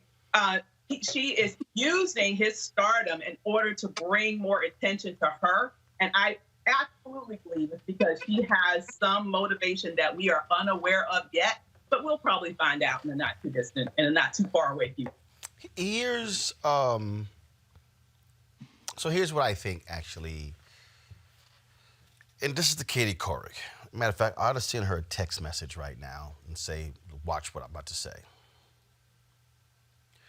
What Denzel Washington was actually trying to tell you, Katie, is look at me. Ask me. Don't group me with them. See, I think the mistake that we sometimes make is we fall into the Hollywood folks. Pull the transcript back up. I'm going to walk y'all through this so you can understand. And I'm going to put myself in terms of where Denzel is. So pull the transcript up, please. Some people say Hollywood folks should stick to acting, right there. So let's break that down. She's saying some folks. I've gotten those type of questions, and then I go, who are some folks? Name some people. Like, what's the basis of the question? It actually is a lazy way for us to be able to ask the question, because what we're doing is we're not putting the onus on ourselves. We're putting it on some people. And then you say Hollywood folks. Well, who are Hollywood folks? Ingenue Ellis is an actress who lives in Mississippi. I know people who are actors who live in Atlanta, who live in New York, who live in Houston, who live in Nebraska, who live in different places. So also, when you pull the transcript back up, please, when you say Hollywood folks, stop right there. What that means is I'm not placing you in the category with them. That's that other thing, because the phrase Hollywood folks actually evokes a particular thing in your mind. Oh, give you an example. And my panel I'll ask them, what are some of the traditional phrases we hear that define Hollywood folks? Y'all spit some out. Elite, effete, left-wing, liberals. Or, what else? What else? That was going to be what I used. No. What do we hear? Limousine liberals. If you use that phrase, it automatically evokes Hollywood. Mm-hmm. Also, left coast, Hollywood. Yep. When in fact, the left coast on a map is the entire left part of the country. So what does that mean? Washington State, Oregon, California. Y'all, it's some conservative places in California, but that's not what they mean. See, these phrases are being used for a reason. Transcript, please. So when you say, he says, I don't know what Hollywood folks are. First of all, Hollywood is a town. There's some stars on the sidewalk. I don't know anybody from there. So that's like saying, calling you a type of folks. I'm not a Hollywood folk. I don't know what they are. She goes, let me rephrase the question. Are you one of those people? Boom, right there. First of all, why are you automatically going to one of those people? This is all you have to say. transcript back up, please. Because you see, she was going down to the whole deal of, in terms of politics. Yep. It's all, what Denzel was trying to say is, stop associating me with everyone else. In fact, the interview was Denzel, Meryl Streep, and I think it was Lee Schreiber. I can't remember who the third person was. Meryl Streep is actually far more of a vocal activist. What Denzel is saying, ask me. Look at me. Look at me.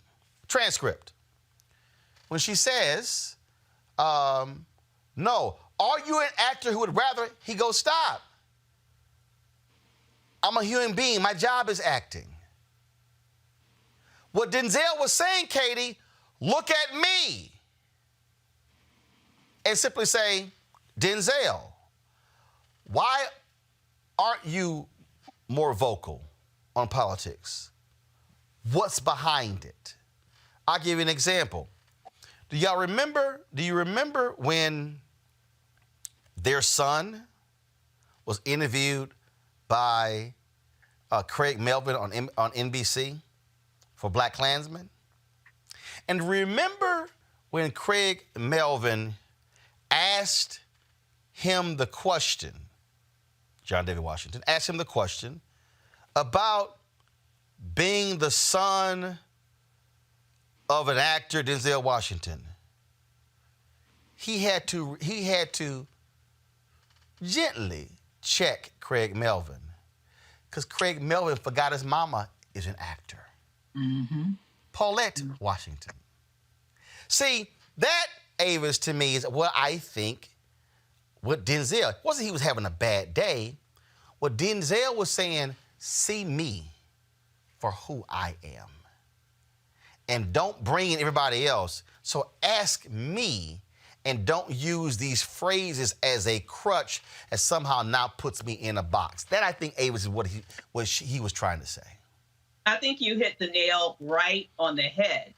And that makes sense in every sense of the word, especially since we all know that the reality and struggles and the experience of Black actors, I would say, are discernibly different from the Hollywood life that she was in, the Hollywood experience that the typical white actor and white actresses have.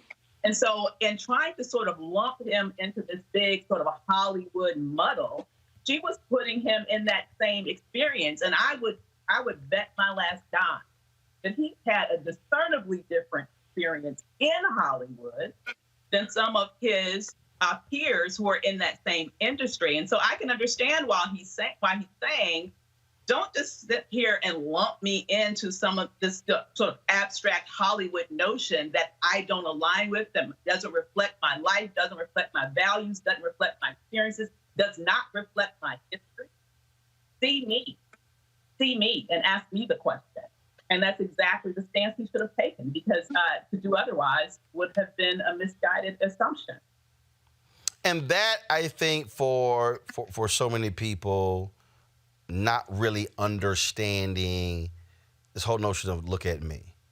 So it's no different than Rob and Kelly, if you're interviewing a musician. And it's like, well, don't associate me with them. Talk to me. Don't group me with what? No. Talk to me. I'm not them. I'm not. If I'm interviewing Chuck D, I'm not asking Chuck D about what Lil Wayne, what Migos, what 50 Cent, what Boosie. Chuck, like, well, that ain't me. How they roll, not how I roll. That, to me, I think is really what my man was saying. Yeah, look, I actually think this is very simple. She knew that too. Again, she's looking to promote herself right now, look like the victim, and she knows that it would get play. She's talking about Denzel Washington, and she wanted to. And it's even better if he says something about it, because then the story continues. It continues. She's definitely doing this for promotion. I mean, there was nothing wrong with how he answered that question, and I don't really understand her outrage. I just don't, and I have no sympathy for it. Zero zilch. So I do want to play. I think this is the clip, Kelly, where John David Washington was talking. Where John David Washington was talking about his mother, and it was sort of like, don't just narrow this whole thing down. Okay, so watch this. As you got started in this business, being the son of Denzel Washington was... And Pauletta Washington. And Paul, thank you. And who was earning more money than he was when they married, before they got married. She was on Broadway working. She paid for the first date. She paid the bill, paid the cab ride. So, a classically trained pianist, went to Juilliard. She's a great artist in her own right, and I learned a lot from her. My father taught me how to hunt. My mother taught me how to love. This portion of the interview. That is what happens when, one, you listen to your subject and you don't simply put them in a box, Kelly. Absolutely. Actually, that's one of my favorite interviews from John David Washington. During that time, when he was on that press cycle for Klansmen, he had to say that a lot to quite a few interviewers. And it was a little bit disheartening because either way, let's just say that these reporters did their jobs, actually did thorough research and said, the son of Denzel and Pauletta Washington. You're still limiting an actor who is making his way up, who has a body of work in his own right. You're still limiting him to whatever his parents did. You're still limiting him to someone else's body of work. And then worse, you're limiting what he wants to do with what his parents did. So it's one of those things where you have to let people be who they are, and understand that just because you're affiliated with one group of people doesn't mean that you are that group of people. You are your own individual. And I see this a lot when it comes to people interviewing Black people as a whole. It's like you limit them to just being a singer. You limit them to just being an actor or a dancer or something in entertainment. And the implication therein is that you're not smart enough to reach this level of intellect that I'm trying to engage with you. And that's just entirely false, specifically when it comes to Denzel Washington. So the fact that Katie Couric even went there, the fact that the implications were just there in general, she was definitely doing a Becky. I like Becky over Karen. I feel like we should replace Karen with Katie altogether just because of this debacle. But yes, I agree with that. Last point here, Robert. You know what? I really think, Robert, I really think what Katie Couric should do is go back and actually watch the interview again, and then take what Denzel said and then say, let me put myself in his shoes. I think she would understand it maybe a lot different. But when I read the transcript, I saw it and I went, yeah, I know exactly. And the reason why I find it to be interesting is because, and this actually happened. There are times when we interview people and they got attitude. They got attitude, and they have a bad day and they don't care. I mean, two that come to mind for me was when I'm telling y'all, this actually happened. I'm working at the Fort Worth Star-Telegram, City Hall reporter. Khalid Muhammad is coming to Fort Worth to speak. This was after he got suspended by Nation of Islam's leader, Louis Farrakhan. And Khalid Muhammad is from Houston, Texas. And I'm writing a profile on him coming. So I'm asking him questions about growing up in Houston, wanting to be a Baptist minister, going to Xavier University. And he is not being cordial. He's being extremely defensive. He goes, what's up with all these personal questions? So I had really gotten tired of, and this was the newspaper interview, so it was audio. I had really gotten tired, and I could tell the edge that was in his voice. And normally, Robert, the subject says, let's go off the record. I chose to go off the record, Robert. And this is what I said. I said, man, let me tell you something right now. I don't give a fuck about you, bean pies, bow ties, or nothing else, and your bald head ass.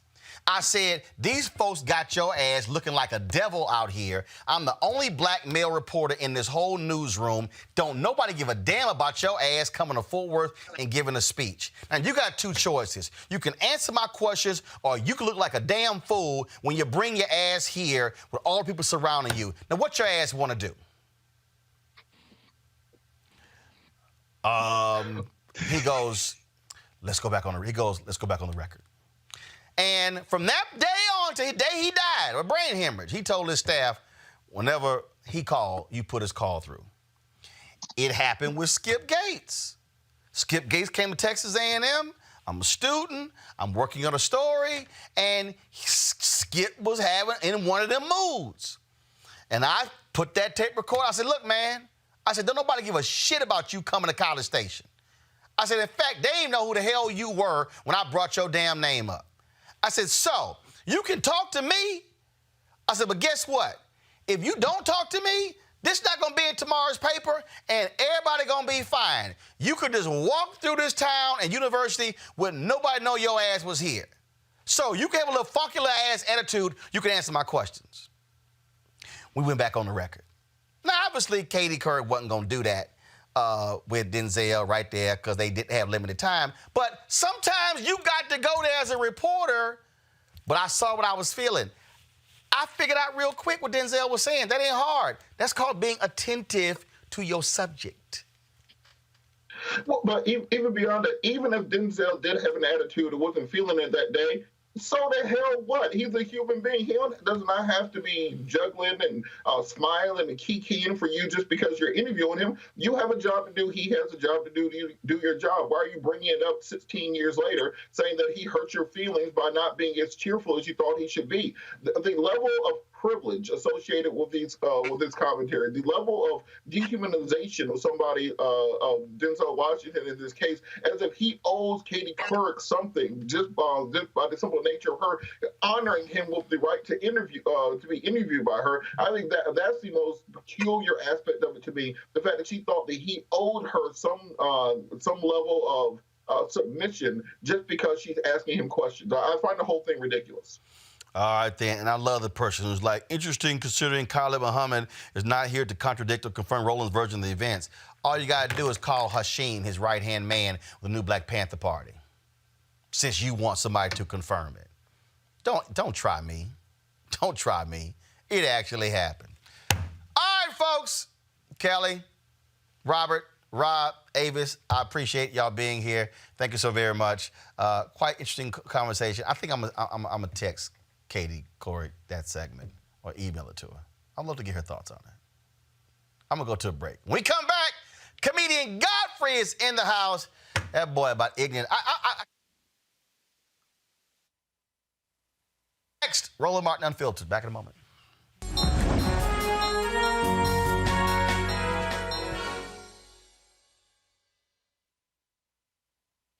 I would have never been able to raise 5 kids alone without this excellent job and the security of my union working closely with my employer to make sure that I got the raises I deserved, that I had the medical benefits I deserved, that my children needed, making sure I have job security, making sure that I'm overall successful. It's exciting to keep making a difference. It's exciting to just be part of such a great cause involving people, which is what I love to do.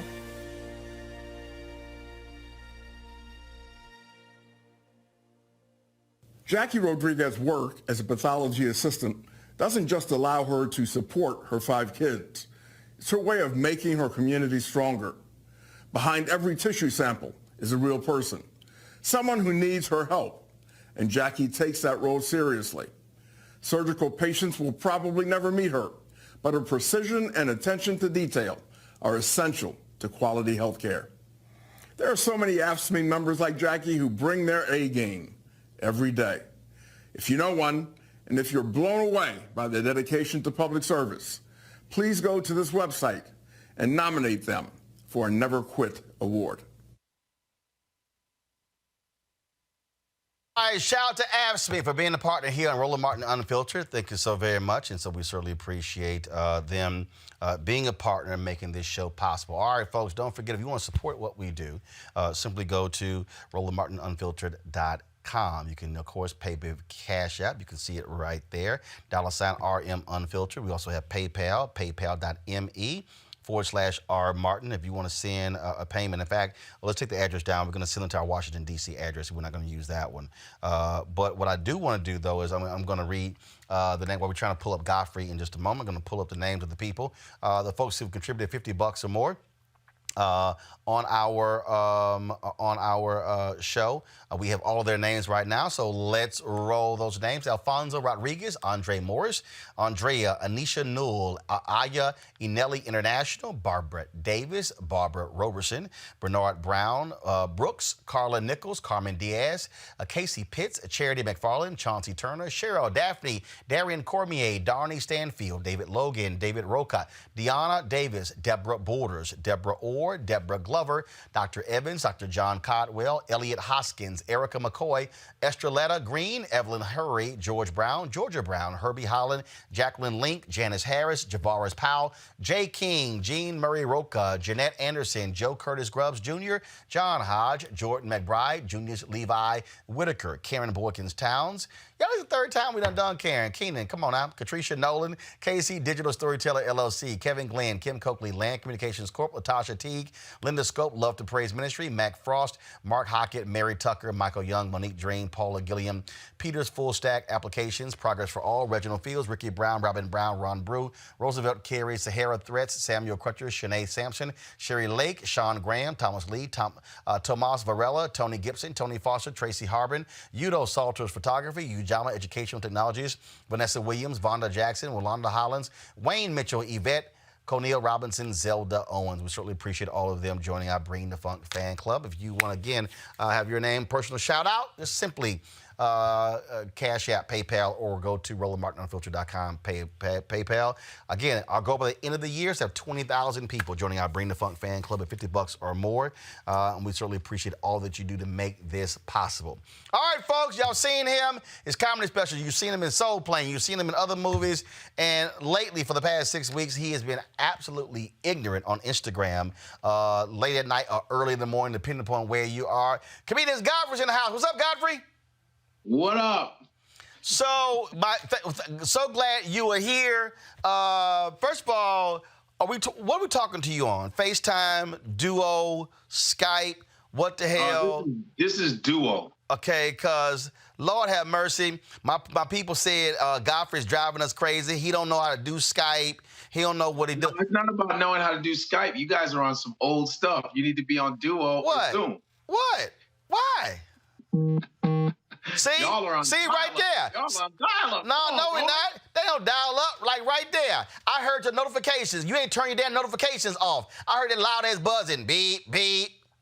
See? That's to let you know I got things to do. Oh, that's let you know. You ain't got a damn thing to do. You've been sitting in that same chair for 6 weeks. That's why you go live at 2 a.m. and you don't get done till 7:30. And sometimes you be with me. Look, I stay up. I've been sitting going like Godfrey has every night. Instagram tired of you. They gave me 4 hours straight. But hold on, but did that? What happened on the night? For 3 days, we couldn't access you. What the hell? I'm like, I don't know what it was. Listen.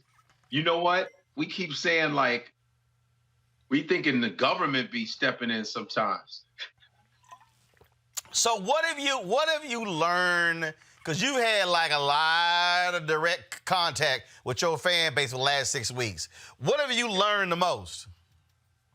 What have I learned? I learned that that they need us, especially through just the importance of entertainment.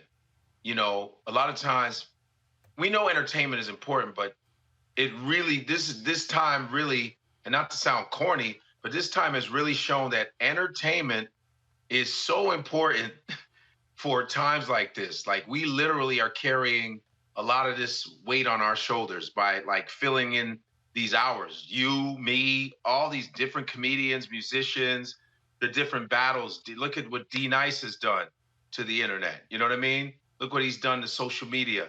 Like, entertainment is really that important in the world. You know what I mean?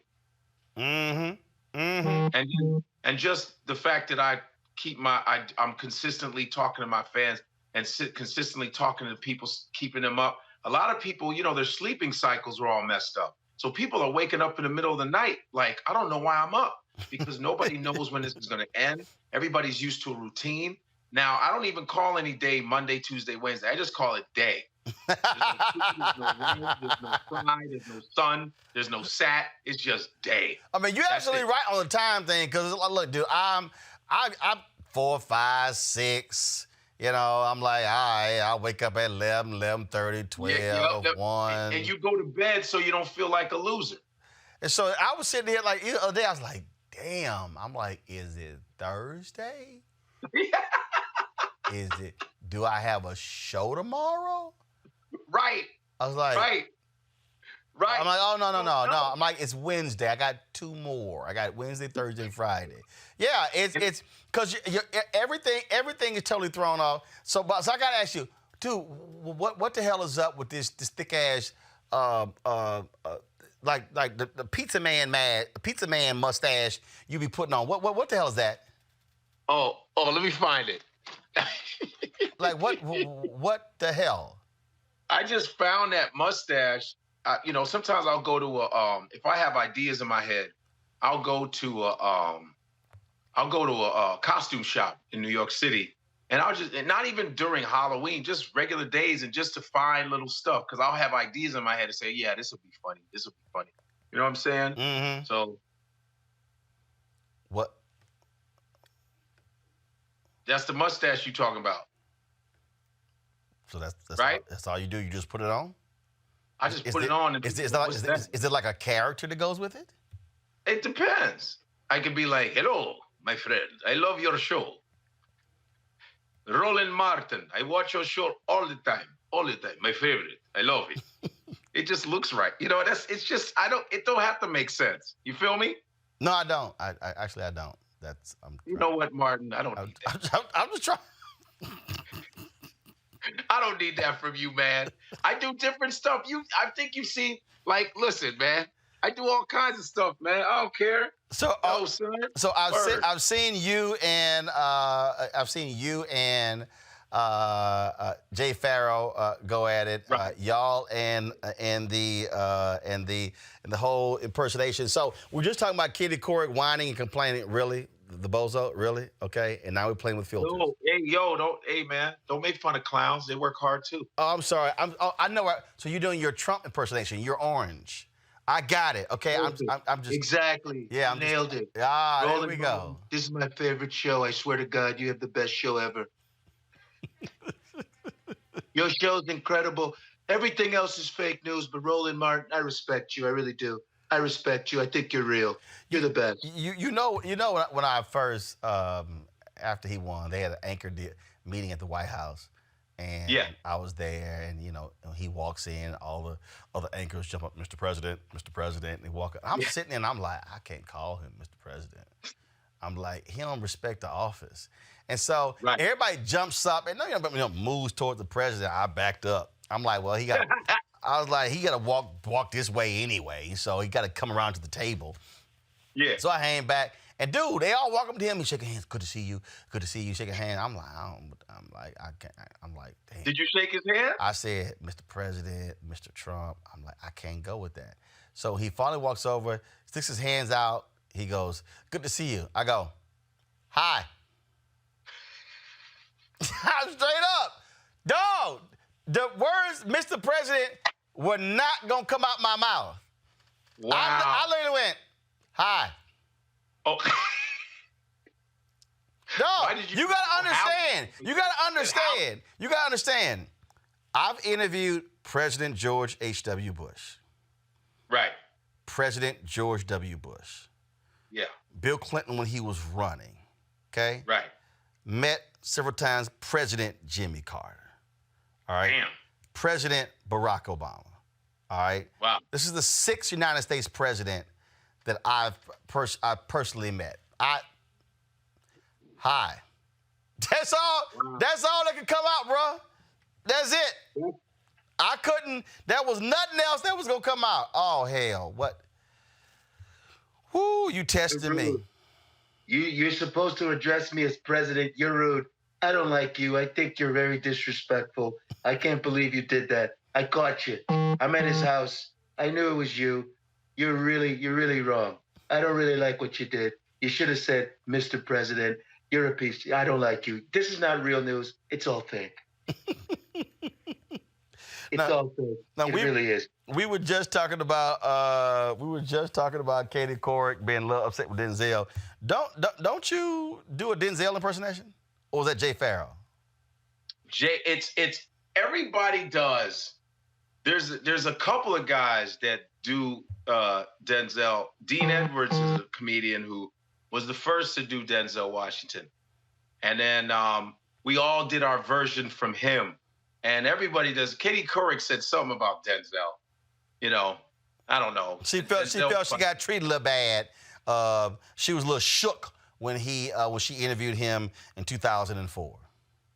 And Denzel probably said, "Oh, so is that what you're saying? Is that what you're going to tell me? That you're going to ask me dumb questions? I don't really have time for it." Everybody in here who asks questions are not going to get the right answers. So I think this interview is over. Yo, okay, so out of all people, who is your absolute favorite impersonation? Who you just like doing the most? The most, ooh, I like, man. The most. Okay, give me two. All right, give me two. I'm really enjoying Shannon Sharp. Okay, give me Shannon. Skip, listen, Skip. Now, I've been in the NFL for a long time, Skip. See, Skip, come on now. All these players don't even understand, Skip, that it's a psychological situation, Skip. I ain't got time to be arguing with these boys, Skip. They don't understand. Once you get the money, Skip, man, you better save your dollar. That's what I'm saying, Skip. I say it all the time. You know what I mean? That's my favorite. Oh, Lord. I'm sitting sharing the text right now saying, Godfrey's killing you. All right. What's your other one? I've never met Shannon Sharp, and I would love to meet him, maybe talk to him, but I know he'll beat my ass because I've seen him. He lifts like 225 pounds about 25 times. So I won't be doing this in front of Shannon Sharp. All right. You said there was another one. What is it? Richard Pryor, but you can't use profanity on here. Dog, the show's called Roland Martin Unfiltered. Oh, damn. It's my show. My Richard Pryor, I take a lot of pride in, man, because a lot of people can't do him, and I've done him. Man, this is some funny shit, Jack. You ever see Roland Martin? That motherfucker bad, Jack. Goddamn. Roland don't give a fuck about nobody, Jack. Did you see him talking to Trump? Shit, that motherfucker dissed the shit out that motherfucker. Yeah. Because you know a nigga don't give a fuck, Jack. No, everybody else think, Mr. President. Shit, Roland Martin said you can suck my dick, Jack. Okay, now you straight ignorant. See, now you nail Richard. But you ignorant. You ignorant. And here's the deal, N-word is not allowed anywhere, but you were impersonating Richard Pryor. I was exactly. Right, you were impersonating. I'm not an N-word user like that. Right. But I was using, and my Paul Mooney's pretty good. I know me and Paul Mooney? Yeah. Okay, I gotta see Paul. I gotta see Paul.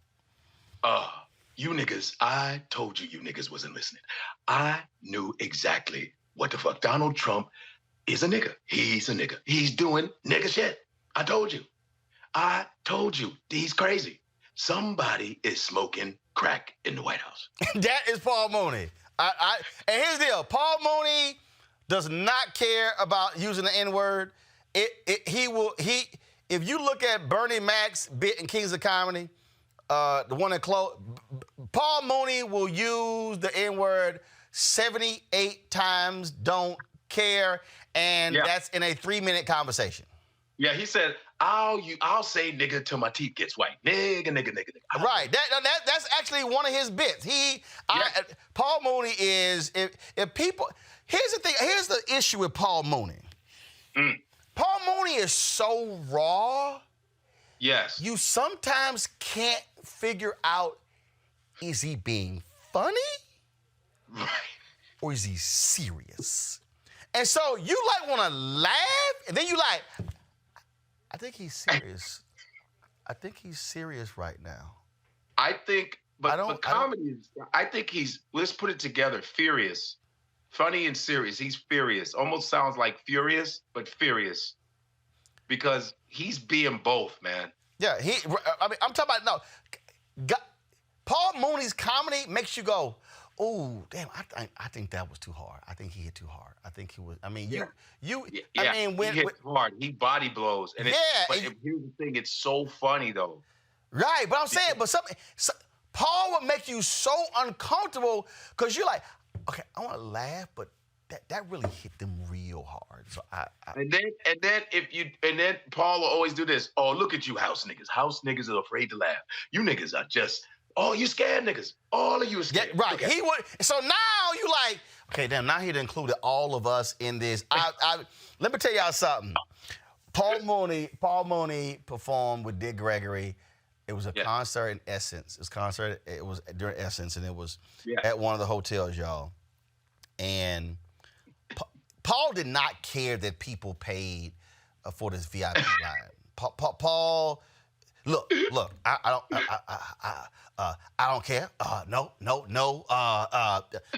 pictures. No, hell no. No pictures if you don't buy a CD. No, hell no. Put your damn cameras down. Put your cameras down. And then he grabs a CD. He's kind of like, nope, no pictures, no, unless you buy a CD. See, CD, $20. CD is $20. And he's blocking his face, and he's sitting there, dog, he is going. And I was sitting there, I was like, damn, Paul, the point, you're trying to encourage them to get the CD. I don't care. Then Dick Gregory is sitting there. Dick Gregory ain't sitting here tripping. Dick's sitting here signing autographs. This fool takes the CD, put it in front of Dick's face. No, hell no. No photos for Dick, no selfies with Dick either, unless you pay. And I'm sitting, and Dick is just sitting there signing. Doc, I'm sitting here, I was like, yo, he was crazy. So let me show y'all at home watching this, y'all. So in 2000, I guess it was 2009, NABJ had our convention in Tampa with the Sports Task Force Party, and I walked somebody outside to the cab, and y'all, this actually happened. Hold on. No, you gotta go over here. There's a wide angle in. This is Godfrey and Roland Martin. I finally get to meet Roland Martin, the Stephen A. Smith of CNN. Holding no punches. Did you call Shannon? Killing him, son. No, word up. He is the voice, yo. CNN killing him. Woo! Oh, man. All during the Barack campaign, he was killing him. He was shutting down that Republican, that Latin lady that was annoying. Buses Remember when that one old lady said that Obama has a problem because he's black? That mumbling, stupid, that translator, you were like, what are you talking about?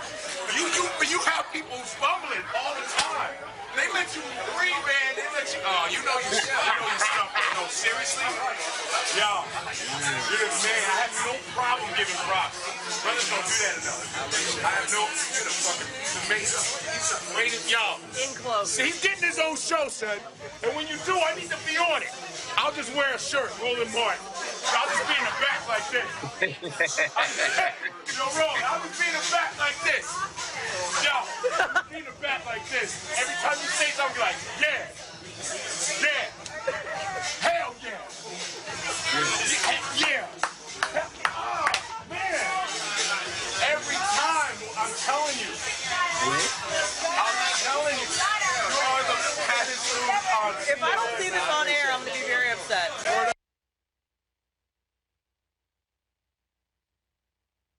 Godfrey, like, yeah. Hell yeah. Hello, it's Godfrey.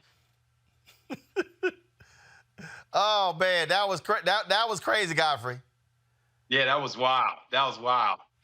And I'm on your show again. Well, you were on News One. Hold on one second. Hold on. All right. So, all right, I'm trying to do something right here. I'm trying to do something right here. All right. Sharp is on. Yo, Shannon, you there? Right, I'm trying to do something right here. I'm trying to do something right here. Shannon, you there? I'm here, Ro. What's up? Yo, okay, first of all, you there? Hold up, y'all. I'm getting show feedback from somewhere. Shannon, you there? So Shannon, Shannon, do me a favor. Shannon, turn off the video to my show. Turn the video off to my show so I can talk to you, because otherwise I'm getting feedback. Shannon, do me a favor. So what you want me to do? I want you to close the YouTube app. Turn the video off to my show so I can talk to you, because otherwise I'm getting feedback. YouTube down. I'm just on my phone. Okay.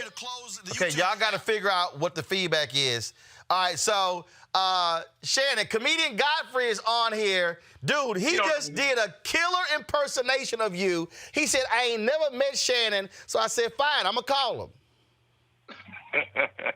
Hey, Ro, you know you one of the few people that can call me and have me on your show while dude make fun of me. Hey, Shannon, he's lying. I never made fun of you. All right, so since Shannon is on, Godfrey, I need you to do Shannon Sharp to Shannon Sharp.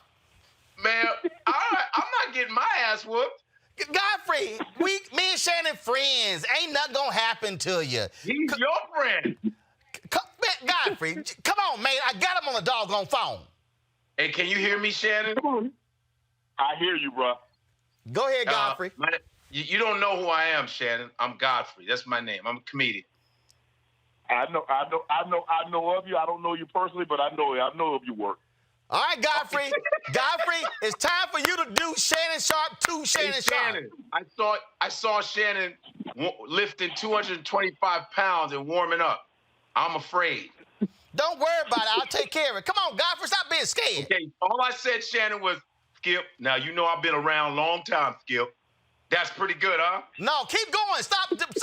Come on, that was it, No, Shannon. I need That's you to. all I had. No, you didn't. Godfrey, I'm Yes, gonna cuss your ass out if you don't do this damn bit. Hey, Shannon, how was that so far? No, forget that. I need you to do the full bit you just did. No, I need him to hear more than 3 seconds. Do the full bit you just did so he can take it all in. Go. Skip, people think they can imitate me, Skip. Nobody can imitate Shannon Sharp, Skip, except for Shannon Sharp. He liked it. You know, hey, to be honest with you, many years ago, I didn't like people imitating me. Right. Because I'm like, and I'm like, but then I thought about it. I was like, some of the most famous people ever have been imitated. Right. So I thought I took it as a compliment. Like, okay, I guess I'm making it. I'm moving on up. Precisely. Listen, Shannon, I watch your show all the time. You're the best, man. And we all as comedians, we imitate people who we admire. So you made it, because we do. You know how many people have done Bill Cosby? Everybody does Bill Cosby. You see, people, I got to tell you, I'm in jail. I'm trying to get out of jail. You understand? People do. I just saw you guys this morning do Whoopi Goldberg and Maya Angelou. Yes, I did Whoopi Goldberg. But Shannon, why didn't you like me? Why didn't you put a like? Like, yo, that was funny. Because he was busy. I know, but he saw it, though. See? I did. So I don't know. Somebody might have sent it to me. I'll go back up there. Because, man, it was unbelievable. I mean, I like it. I like that. So, all right. So Godfrey. Okay, Godfrey, I need you. That was still too short for Shannon. So Godfrey, I need you to do, Godfrey, back your camera. Back up for your camera so we can see your face. Now we're just seeing your damn ear. Okay. I need you to do Shannon Sharp talking to Skip. What you just did about getting paid. So give me, I need more Shannon Sharpe so Shannon can take in more of him from you. Come on, man, I got him on the phone. I'm going over my time doing this here. I'm paying my workers overtime. Okay. Skip, no, I'm not paying. Tell me that he deserves the contract that he deserves, Skip. Come on, Skip. You have to play and you got to earn the money that you get, Skip. I ain't got to say this. I've been around a long time, Skip. I know what I'm talking about, Skip. Boom. How you like that? You like that, Shannon? I like it, Ro. I like it. I appreciate that. I appreciate you getting me on the phone and let me hear my man up close and personal. All right, Shannon Sharpe, always good, y'all. Check him out. Fox Sports 1, Undisputed, every day. Skip Bayless, Shannon Sharpe. Thanks, my brother. That's the best sports show, man. I watch be good, bro. Have a good one. All right. Shannon Sharpe, thanks a lot. See, Godfrey, that's how I roll. Shannon's gonna kill me, dude. Shannon ain't gonna kill. I'm telling you, dude, Shannon's a great guy. He see you. First of all, we can't hug anymore, so he gonna hit you with the elbow or something like that. Man, cool. I hope he give me a shout out because he's the man, dude. That's real talk. No, ain't no thing there. Well, look, we gotta go. Give everybody your Cash App, y'all. He at home. You can see he need a haircut. So give everybody your Cash App. What he got the Gumby down. Got it down. Every little breath I take, every little step I take. Okay, Bobby Brown. My Cash App is Godfrey Comedian. Is Cash App Godfrey Comedian, and Venmo is Godfrey Comedian. All right, man. Always good to have a little fun with you. Thank you so very much. And see, now Shannon gonna start liking your videos. Man, he better start liking. I'm saying, Shannon, come on, man. Hook me up, brother. Godfrey, I appreciate it, man. Thanks a lot. Yes, sir. All right, everybody, of course, your Periscope, YouTube, Facebook. Hope y'all enjoyed today's show. This is what we do. Every Wednesday, Friday, I'm going to bring comedians onto the show so we can have some laughs, have some fun. I appreciate all of y'all. If y'all on YouTube, y'all can give right there on YouTube.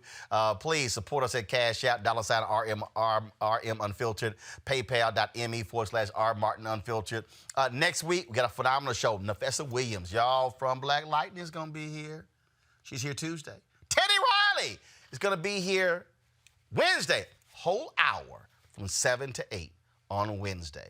And we also got great tech segments next week, personal finance segments.